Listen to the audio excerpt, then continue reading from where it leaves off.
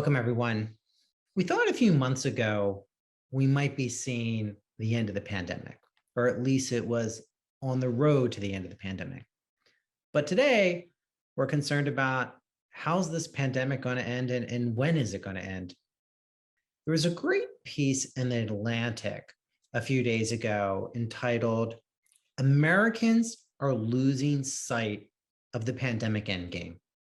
And my guest today is the author of that essay, Dr. Celine Gounder, an infectious disease specialist and epidemiologist at NYU Grossman School of Medicine and Bellevue Hospital, and host of the Epidemic Podcast.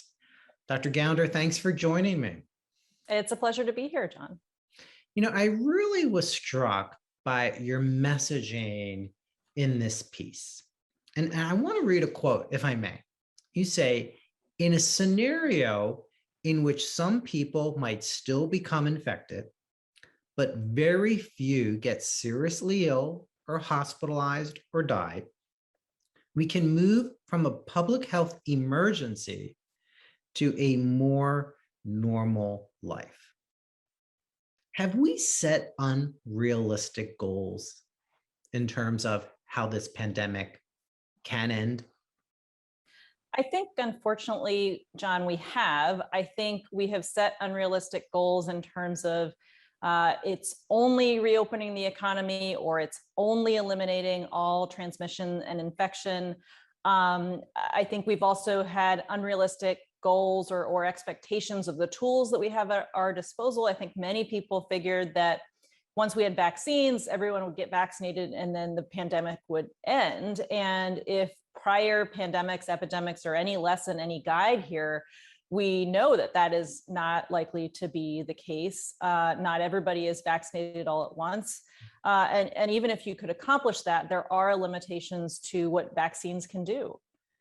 And you referenced that when you kind of allude to the fact that we got it wrong from the very beginning when we talked about what the data are for vaccines and what we use them for. And now it's kind of come around again in the context of boosters.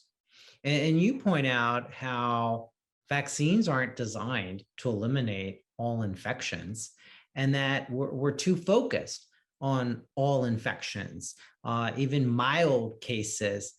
What should the messaging be to our listeners who, quite honestly, are getting confused? Who needs boosters? When needs booster? We seem to be ahead of the science. Some people look at the information and say, hey, Dr. Gounder, I told you vaccines don't work. That's why we need boosters. Others are looking at it and saying, I need a booster now. Is it 6 months? Is it 8 months? Is it 3 months? What is your advice? You've been involved with the pandemic from the very beginning in terms of how should people think about vaccines and how should they think about boosters? Well, I think one really important message about vaccines is vaccines work best at a community level. It's really an ecosystem of people in which the virus is spreading, and you need to get community immunity, not necessarily herd immunity, but some level of community immunity to really curb the spread. And so vaccinating other people around you will help protect you. I think it's also important to understand that vaccines work best at inducing what we call systemic immunity. So that's immunity in your internal organs, in your bloodstream, not so much on mucosal surfaces. So like the inside of your nose, your throat, your mouth. And so that means that you could still get an infection in your upper airway, but it doesn't necessarily go down into your lungs and into other internal organs. And that's where people get really sick. When SARS-CoV-2 infects the lungs and other organs, when their oxygen levels drop, where they end up on a ventilator, that is true COVID disease. That is what puts you in the hospital and may cause you to die.